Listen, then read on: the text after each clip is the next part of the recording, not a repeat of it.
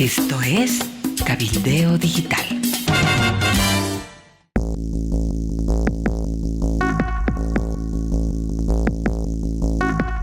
Hola Zulema, hola amigos del planeta. Estamos el miércoles 1 de mayo, estamos comenzando el quinto mes, una fecha importantísima para todo el mundo. Se celebra el Día Internacional del Trabajador, con muchos actos en todas partes, pero también mucha violencia. Hay que destacar que ha habido mucha violencia en varias partes del mundo a propósito del Día del Trabajador.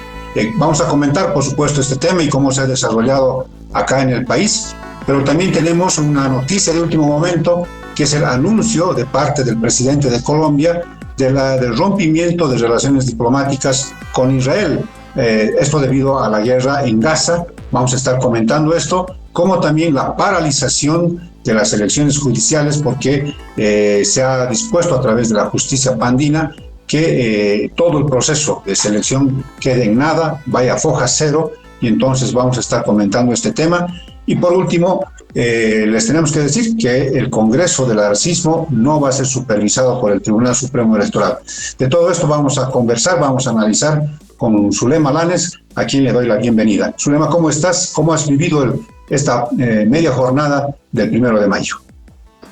Es indudablemente una media jornada que para el caso de Bolivia tiene muchas connotaciones antes que laborales políticas, ¿no es cierto? Un 1 de mayo sui generis, con la presencia de Arce Catacora en Cochabamba, presidiendo un acto de los trabajadores y, por supuesto, reitero, un acto inédito que confunde reivindicaciones políticas del gobierno con reivindicaciones laborales de los trabajadores. Y es que, Zulema, este es el cuarto 1 de mayo, cuarta celebración del Día del Trabajador para Luis Arce como presidente.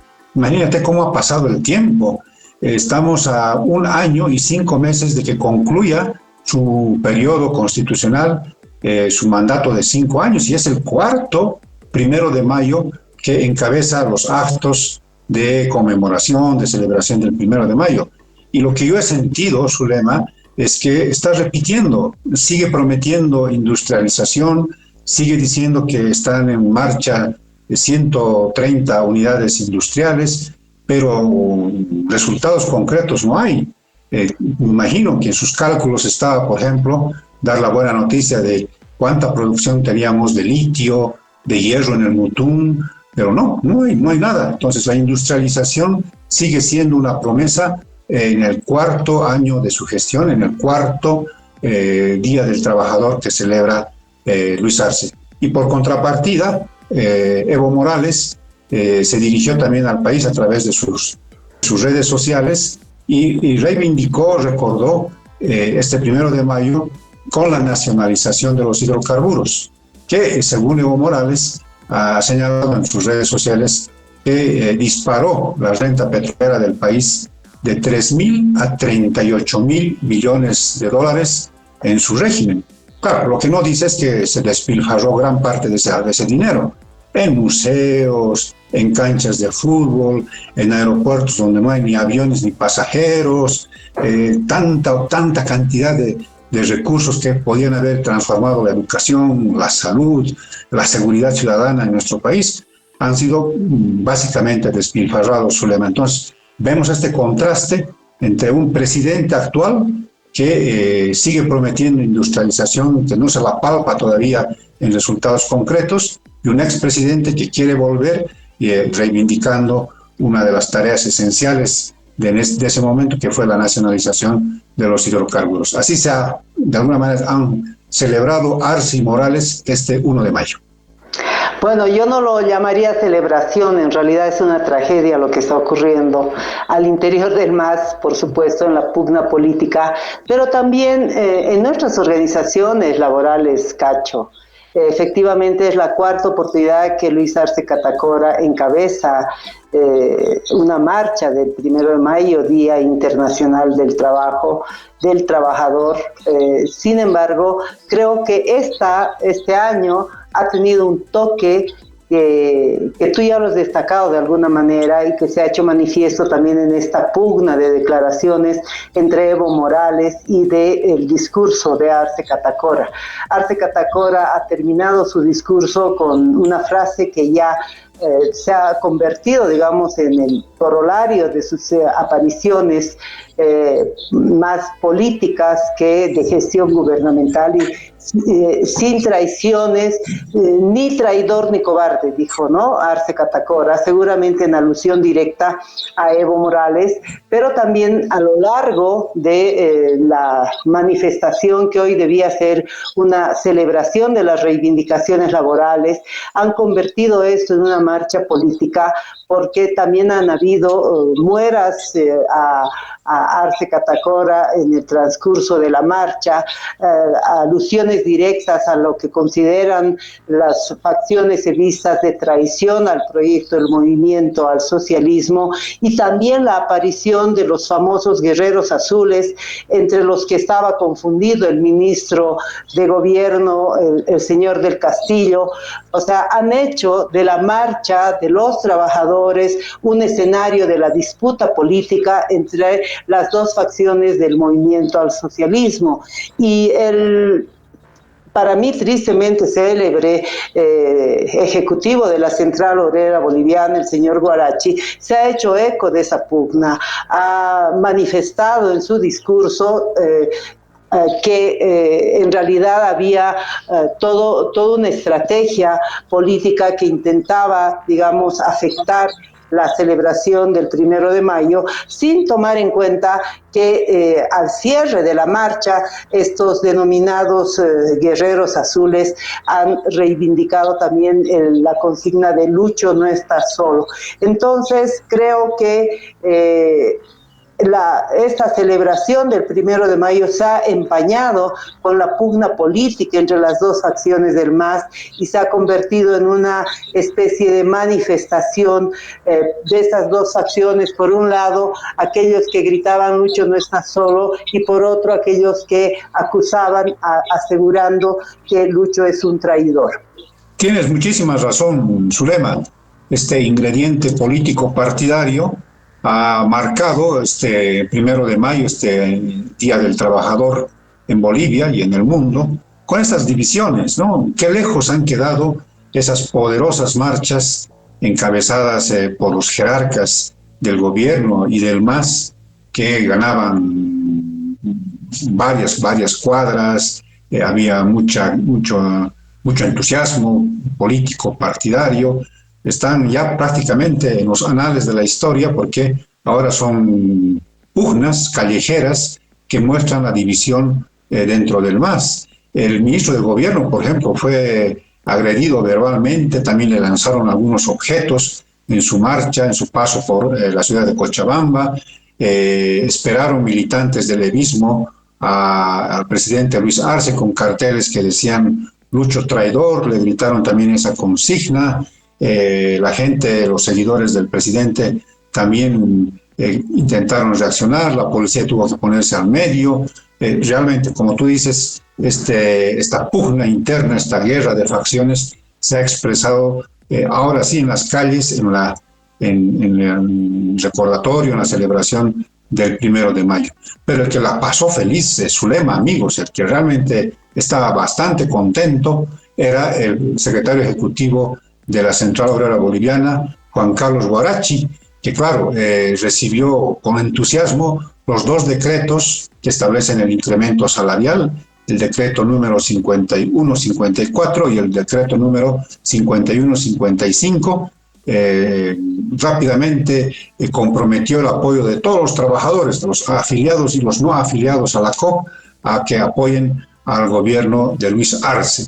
Claro, estaba muy contento porque poco después comenzó a circular en las redes sociales, Zulema, amigos, una boleta de pago de don Juan Carlos Guarachi. Esto todavía está a confirmarse, pero es una boleta de pago con el logo, con el sello de la Comibol. Es una boleta de pago que corresponde a junio de 2022, ya es un poquito pasada, pero a mí me llamó la atención el monto del total ganado para don Juan Carlos Guarachi.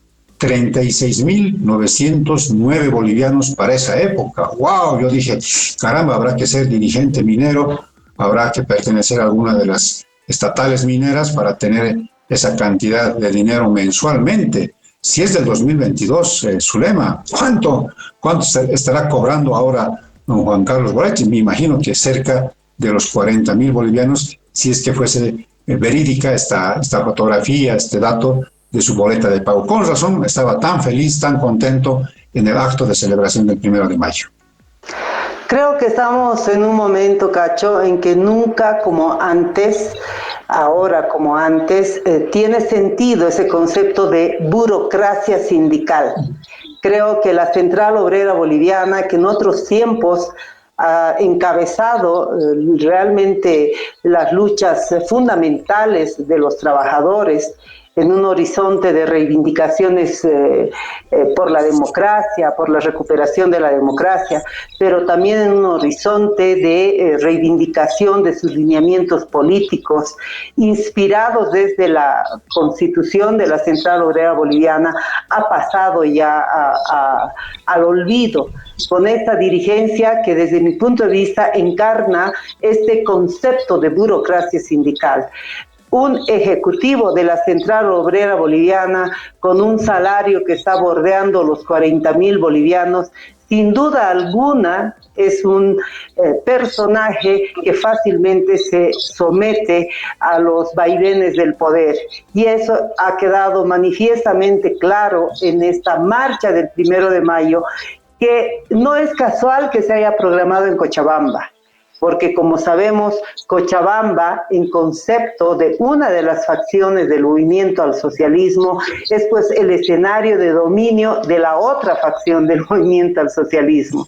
Es decir, la presencia de Arce Catacora y de el señor Choquehuanca en Cochabamba tenía un sentido de posicionamiento territorial allá donde supuestamente están los dominios de la otra cabeza del masismo que se llama Evo Morales. Entonces, hoy han convertido, con la complicidad de la cúpula de la Central Obrera Boliviana, de esta burocracia sindical que se está beneficiando de la representación de los trabajadores, que se ha prorrogado ya hace muchos años, están utilizando este escenario que debería ser un momento de reivindicación realmente de los verdaderos problemas y de las verdaderas necesidades de los trabajadores en un escenario y en un momento de disputa política. Así es, Zulema. Esto marca esta división interna que se está agudizando, se está profundizando. Debo completar este informe, Zulema, diciéndote que, y a los amigos que nos están observando, que en el mundo también ha habido problemas, ha habido serios disturbios en París, en Francia, de grupos de jóvenes que se han enfrentado con las fuerzas de seguridad, y también por el 1 de mayo, un grupo de choque feroz ha atacado a una marcha de trabajadores en Caracas, en Venezuela. Entonces la cosa está realmente complicándose. Y en Estados Unidos, Zulema, que no tiene que ver necesariamente con el tema del 1 de mayo, pero sí con unas protestas de los universitarios, han detenido en esta jornada a 300 universitarios en Colombia que están protestando desde hace ya varios días en contra del apoyo de Estados Unidos a Israel, y entonces la cosa se está complicando incluso de cara a las elecciones de este año y la campaña electoral a favor de Joe Biden. Entonces las cosas también se están encrispando en varias partes del mundo, y en Bolivia tiene este ingrediente político partidario, esta división, esta guerra de facciones que han marcado esta jornada del 1 de mayo. La diferencia, Cacho, entre lo que ha ocurrido en el mundo, estos incidentes y estos enfrentamientos que tú estás mencionando, es que en Bolivia todo se reduce a un grupo político. En el mundo, Cacho, esto tiene que ver con reivindicaciones legítimas de algunos sectores laborales y también con algunos principios, en el caso de Estados Unidos, y las movilizaciones en Colombia, como el denominado internacionalismo proletario, ¿no es cierto?, que este 1 de mayo, Día Mundial, donde se celebra en todo el mundo el Día del Trabajador, como que se ponen de manifiesto. Creo que la diferencia entre Bolivia y el mundo es lamentablemente esa, ¿no? Reivindicaciones globales en el mundo y pugnas de un grupo, de un partido político en Bolivia. Correcto, Zulema, correcto. Y hablando ya de temas internacionales, vayamos rápidamente a tocar lo que ha ocurrido hace poco, y es que el presidente de Colombia, don Gustavo Petro, ha anunciado oficialmente el rompimiento de relaciones diplomáticas con Israel por los ataques constantes, por lo que él está calificando como una especie de genocidio en la Franja de Gaza, a propósito de esta guerra que ha desatado Israel contra Hamas, contra ese grupo terrorista que atacó el 7 de octubre del año pasado y que provocó la muerte de más de 1,000 personas. Es inédito, Zulema, para empezar, porque siempre Colombia, que ha estado más bien de alguna manera inclinada a sectores conservadores de derecha en sus gobiernos, ha tenido muy buena relación con Israel, con Estados Unidos, que es el principal aliado de Tel Aviv, de Benjamín Netanyahu, pero ahora que es un gobierno de izquierda, ha decidido romper relaciones. Ojalá que esto no genere una reacción en cadena, vale decir que otros gobiernos también tomen una medida similar, como ya lo hizo también Nicaragua. Nicaragua fue el primer país centroamericano en romper ya, en decir que no van las relaciones diplomáticas con Israel. ¿Cómo ves esto? ¿Cómo crees que va a impactar esto en la política interna en Colombia cuando Gustavo Petro está seriamente cuestionado? Bueno, creo que Petro va a sustentar que es una decisión legítima, soberana de su país y de su gobierno. Seguramente va a tener algunas reacciones internas, porque todo tiene que ver, tú sabes, a nivel mundial también con intereses económicos. Israel es un país clave para, digamos, las exportaciones de muchos países, y Colombia creo que tiene muchos intereses económicos con Israel. Creo que es un momento de alineamiento en el mundo respecto de lo que, como tú lo has subrayado, en percepción de algunos países, lo que está ocurriendo en la Franja de Gaza es también un genocidio, ¿no? Hay posiciones encontradas respecto de la interpretación de la acción de Israel frente a Palestina.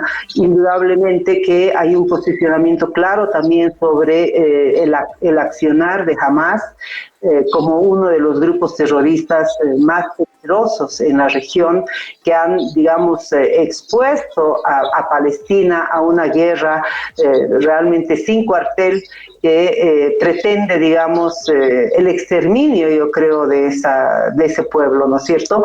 Entonces, lo de Colombia va a tener repercusiones importantes y seguramente también va a tener repercusiones en nuestro país. Seguramente que sí. Hay que recordar que el presidente Luis Arce, en la última reunión de la CELAC, ha propuesto oficialmente que se incorpore a Palestina a este bloque de naciones sudamericanas y del Caribe. Esta propuesta ha quedado en mesa, ni se la rechazó, ni se comenzó la gestión. Entonces habrá que esperar qué es lo que dice el gobierno boliviano. Lo que sí yo encuentro, Zulema, amigos que nos están viendo, es una especie de interés de parte de Gustavo Petro por reposicionarse internamente en su país. Hay serios cuestionamientos por temas de corrupción, de ineficiencia en la gestión gubernamental, y claro, está en un mal momento. Hace unos días hubo una masiva movilización en Bogotá y en otras ciudades en contra del gobierno de Gustavo Petro, que también tiene problemas con el tema de la pacificación, así que no la está pasando bien, y creo que es una manera de reposicionarse internamente con un tema internacional. Pero las cosas, y ya cambiando de tema, Zulema, amigos, se están poniendo color hormiga, pero prácticamente ya se están desmoronando en el caso de las elecciones judiciales de nuestro país, y es que una acción popular que se ha activado en Cobija, en Pando, ha sido tratada y ha salido a favor de la accionante en la pasada jornada, y la justicia constitucional de Pando ha dispuesto la paralización, el que todo el proceso vaya a foja cero, porque la acción popular era en contra de la ley de convocatoria a elecciones judiciales, no solamente en uno de los pasos o en uno de los, digamos, de los procesos internos dentro de esta selección de candidatos. Así que la cosa está complicadísima y a mí me sorprendió la reacción de los tres partidos que tienen representación parlamentaria, y es que han decidido esperar los fallos de otros amparos constitucionales y listo, van a esperar, van a estar seguramente con las manos atadas, mientras uno de los vocales del Tribunal Supremo Electoral ha propuesto que no se hagan las primarias este año y más bien se dé paso a un nuevo intento, a una nueva ley de convocatoria a elecciones judiciales para que los prorrogados dejen los cargos y se nombren a nuevas autoridades judiciales. Bueno, ya lo habíamos dicho en una anterior oportunidad, Cacho, en realidad en esta lógica que se ha ya denunciado hace mucho tiempo de que en el país no hay independencia de poderes y que desde el gobierno nacional se ha empezado a generar una influencia directa en las decisiones de la justicia, la autoprórroga de los magistrados y la negativa a acelerar el proceso de convocatoria a las elecciones judiciales, que ya data de hace mucho tiempo, pues están configurando una transgresión total a la institucionalidad democrática. Lo habíamos dicho ya, la Asamblea Legislativa Plurinacional, desde el momento de su constitución, cuando el movimiento al socialismo, en ese momento no dividido en facciones, encabezaba la presidencia a través del señor Luis Arce Catacora y se hacía cargo de este último periodo gubernamental, cambió las reglas del juego en la Asamblea Legislativa, cambió los mecanismos del procedimiento de funcionamiento de las cámaras, tanto de senadores y de diputados, para controlar las decisiones en esas dos instancias, porque antes tenía los 2/3 y cuando no logró los 2/3, su primera maniobra fue ese tipo de cambios. Estaba claro que el objetivo era restarle las atribuciones que tiene la Asamblea Legislativa Plurinacional. Hoy el gobierno central gobierna con la prorrogada estructura del sistema judicial. Hoy ya no se puede hablar de que la institucionalidad democrática esté intacta, Cacho. A eso le llama su lema don Jorge Quiroga Ramírez, el expresidente de nuestro país, juristocracia. Él está acuñando ese término para mostrar que Luis Arce, el gobierno de Luis Arce, está gobernando a través de la justicia y no, por ejemplo, con el órgano legislativo, que es una parte importante de los poderes en nuestro país. ¿Quiénes están chochos con todas estas noticias? Los prorrogados, porque se van a mantener de manera indefinida, porque la sentencia constitucional de diciembre de 2023 establece que se van a quedar en sus altos cargos hasta que se elijan nuevos magistrados. Y con mucha seguridad podemos decir acá en el programa Último Momento, Zulema, que parece que no va a haber elecciones judiciales, por lo menos en el corto plazo, y eso favorece totalmente a los magistrados prorrogados del Tribunal Constitucional, del Tribunal Supremo de Justicia, del Tribunal Agroambiental y del Consejo de la Magistratura. No, yo creo que el horizonte es, no elecciones judiciales hasta que concluya su mandato el señor Luis Arce Catacora. Creo que ese es el propósito. Esto que está ocurriendo en el país no es producto de decisiones autónomas del Poder Judicial prorrogado, ni siquiera de algunas instancias de la Asamblea Legislativa. Esto es un esquema que está nítidamente estructurado desde esferas gubernamentales, ¿no? El ministro de Justicia, en reiteradas oportunidades, Cacho, se ha designado representaciones de manejo del sistema judicial basado en algunas resoluciones de la Cumbre de Justicia. Él se considera cabeza del sistema judicial, más allá de lo que establece la normativa constitucional. Y está claro entonces, desde mi perspectiva, que lo que está ocurriendo, las decisiones que están adoptando en diferentes instancias judiciales, forman parte de un esquema que está siendo coordinado con altas esferas del Ejecutivo. Así es. Iván Lima, el ministro de Justicia, a veces hace de vocero de los magistrados, a veces hace de vocero de los jueces, de los fiscales, hasta en algún momento se puso a hablar de detalles de algunos casos como si fuese un investigador. Yo tengo la sensación que creo que don Iván Lima, sabiendo que Juan Lanchipa concluye su mandato en octubre de este año, quisiera ser fiscal general del Estado. Me tengo esa impresión por cómo a veces se comporta.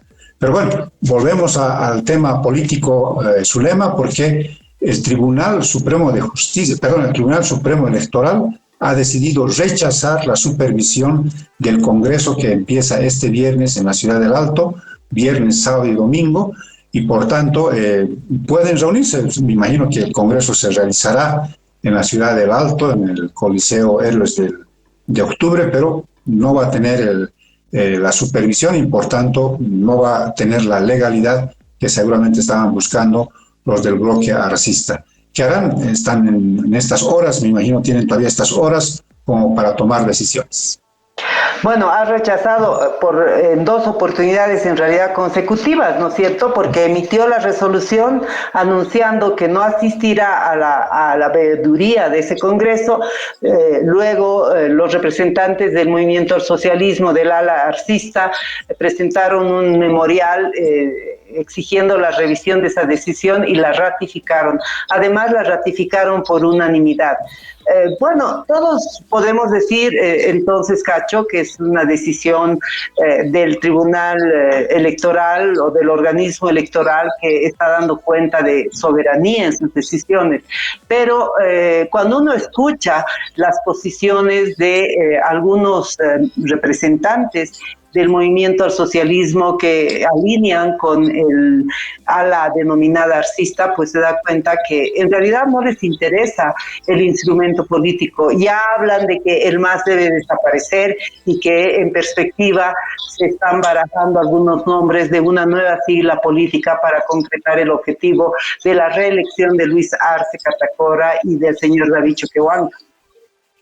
Coincidentemente, Zulema, ha nacido o está por nacer, en términos oficiales, un nuevo partido político. Se trata de Nueva Generación Patriótica, NGP, que no necesitó reunir firmas, Zulema, porque utilizó el método biométrico, que es válido, que se puede, y que se evita el estar correteando por las plazas, por los parques, por los mercados, buscando que la gente firme los libros.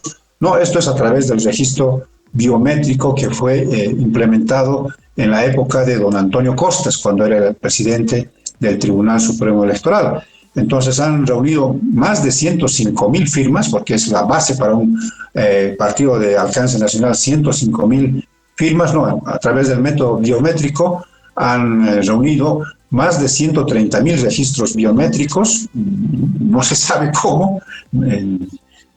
Quizás hay muchos funcionarios públicos que han colaborado en ese esfuerzo y en días más ya les van a entregar la personalidad jurídica a Nueva Generación Patriótica, que coincidentemente nace a la vida política de nuestro país cuando está en esta pugna por la sigla del MAS. Es una coincidencia, pues lo ponemos todavía como una coincidencia. No sabemos si podrá esta nueva sigla política ser, digamos, la que encabece, la que reciba, abrigue a una de las facciones del MAS que están en dura pugna en este momento. Bueno, yo solamente quiero mencionar las apariciones y las afirmaciones del señor Román Loaiza, un dirigente político de larga trayectoria que fue clave, digamos, en la consolidación del movimiento al socialismo cuando se proyectó el liderazgo de Evo Morales, que fue marginado de las filas del MAS y del propio gobierno del MAS por Evo Morales, ¿no es cierto? Él hoy ha vuelto, digamos, a las filas del movimiento, pero desde el ala arcista, y ha sido él el que precisamente ha señalado que el movimiento al socialismo ya no es un instrumento que sirva para los objetivos que se están planteando en este tiempo, y que es tal vez urgente y necesario la constitución de un nuevo partido político. Entonces creo que hay que leer esas declaraciones, hay que hacer seguimiento de lo que están diciendo, y casualmente en varios programas de televisión le han estado consultando, en el caso concreto en Santa Cruz, en el programa del señor Pomacusi, le han consultado al vocero de la presidencia, el señor Richter, si era el momento de la muerte del MAS. O sea, son afirmaciones por un lado, titulares de medios por otro lado, que parecen convergentes en esa línea. Entonces, posiblemente esta reunión que está programada en el alto del movimiento al socialismo, de la facción de Arce, sea el requiem del movimiento al socialismo. Wow, es importantísimo, es muy sugerente lo que dices, Zulema. Podríamos efectivamente estar asistiendo a los últimos días del MAS y PCP, tremenda marca política, pero que ya de alguna manera está asociada con el conflicto, con la corrupción, con el narcotráfico. Ya no es esa marca poderosa que jalaba a miles y miles de bolivianos detrás de esas siglas. Muy importante lo que estás diciendo, y yo te tomo la palabra. Yo creo que hay que estar atentos, porque pueden ser los últimos días de una poderosa marca política que todavía es el MAS y PCP. Bueno, no me lo atribuyas todo, querido Cacho. Lo que estamos haciendo como periodistas en realidad es leer entre líneas también, tener oídos atentos a lo que declaran algunos dirigentes políticos y armar este rompecabezas, que a esta altura me parece que es un rompecabezas muy complicado, el del movimiento al socialismo. ¿Qué puede pasar en perspectiva? A ver, dime, Cacho. Lo habíamos analizado el otro día, ¿no es cierto? Sabíamos que el movimiento al socialismo, que el grupo que está alineado al señor Arce Catacora no iba a poder resolver en el plazo establecido por el organismo electoral las observaciones que había formulado como condición para ir a supervisar la realización de su encuentro. Por otro lado, Evo Morales tampoco lo va a lograr, porque depende de las firmas y del aval de dirigentes que ahora están alineados con el gobierno, están alineados con el arcismo. Entonces, ninguna de las dos facciones tiene la posibilidad de controlar los requisitos administrativos que exige el organismo electoral para, avanzar en la realización de su Congreso Nacional, que es la condición necesaria para que el organismo electoral ratifique y valide, digamos, la existencia del movimiento al socialismo. Entonces, si ninguno de los dos puede, parece que el camino se les va cerrando. Increíble, porque en la historia democrática del país siempre ha estado presente el MAS, sobre todo en los últimos 20, 25 años. Que no participe realmente va a ser algo inédito, y claro, con esa posible acción política también se va parte del liderazgo de Evo Morales, que lo construyó en el movimiento cocalero, en el movimiento campesino. También pasa la historia Evo Morales y su liderazgo sindical y político en nuestro país. Bueno, pero no va a ser tan sencillo, ¿no, Cacho? Lo dramático de todo esto es que nos pueden conducir a una situación de alta conflictividad. Como ya lo hemos señalado también, hay dirigentes del ala evista que han advertido que cualquier decisión en perspectiva de afectar el liderato de Evo Morales y de, afectar la continuidad del instrumento político del movimiento al socialismo, periodismo, pues no va a ser una tarea sencilla, ¿no? Podemos estar en puertas también de serios conflictos que van a afectar al conjunto del país. Sí, de hecho está convocada una reunión de emergencia del televismo el 18 de este mes, 18 de mayo, y ellos han advertido con marchas, huelgas, vigilias y bloqueos a partir de junio de este año, así que como tú dices, la cosa no va a ser fácil. Evo Morales sabe que está contra las cuerdas y seguramente que va a querer dar batalla hasta el final, y lo va a hacer como él sabe, en la calle, en los caminos, con medidas de presión. Así está el panorama político en el MAS, Zulema, amigos, y nosotros, por supuesto, vamos a estar pendientes de cada una de las acciones, de cada una de las declaraciones en torno a esta guerra de facciones. Ya cerramos el programa, Zulema, y lo habíamos hecho de manera interna, comprometiéndote a que tengamos una entrevista con Bruno Rojas, un investigador en temas laborales, sobre las condiciones de extrema precarización de la situación laboral de los periodistas en nuestro país. El 10 de mayo es el Día del Periodista Boliviano, y un esfuerzo del CEDLA, de UNITAS, de la Asociación Nacional de Periodistas de Bolivia, que dirige Zulema, realmente han hecho un estudio muy interesante. Les invitamos a ver este estudio en datapolis.bo y en Cabildeo Digital, y quisiéramos ahondar un poquito más sobre todas estas condiciones tan precarias para los periodistas bolivianos en esta entrevista con Bruno Rojas, así que te comprometemos, Zulema, para que por favor nos tengas a Bruno Rojas y le consultemos los detalles de este interesantísimo estudio. Es el primero en su género, Cacho. La verdad es que nunca nadie se ha preocupado por conocer cuál es la realidad laboral y de las condiciones de trabajo de nuestro sector, y los testimonios, las experiencias, las vivencias de nuestros colegas y de nosotros mismos, pues nos han planteado la necesidad ya hace casi un año de emprender este estudio, que lo hemos dado a conocer en una conferencia de prensa justamente en vísperas de la celebración del Día del Trabajo a nivel mundial, que lo vamos a continuar analizando, debatiendo, compartiendo el 10 de mayo, que celebramos el Día del Periodista en el país, y simplemente para reivindicar, por supuesto, nuestros derechos, para reivindicar el hecho de que si nuestras condiciones laborales están en una situación de alta precariedad, esa no es una cuestión que solamente afecte a los periodistas, sino que puede tener serias repercusiones para la calidad del ejercicio periodístico en nuestro país, y por supuesto afectar seriamente derechos esenciales en democracia como son la libertad de expresión y la libertad de prensa. Entonces nos comprometemos a esta entrevista con Bruno Rojas, el investigador del CEDLA, para que el país también conozca detalles de cómo estamos en materia de derechos laborales y condiciones de trabajo los periodistas, en una entrevista especial. Perfecto, Zulema.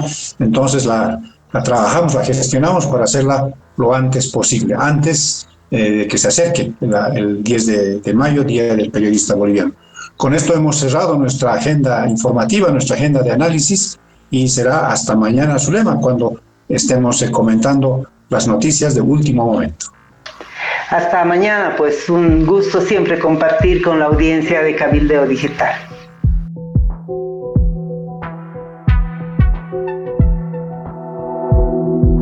Aporta a Cabildeo Digital y apoya al periodismo independiente.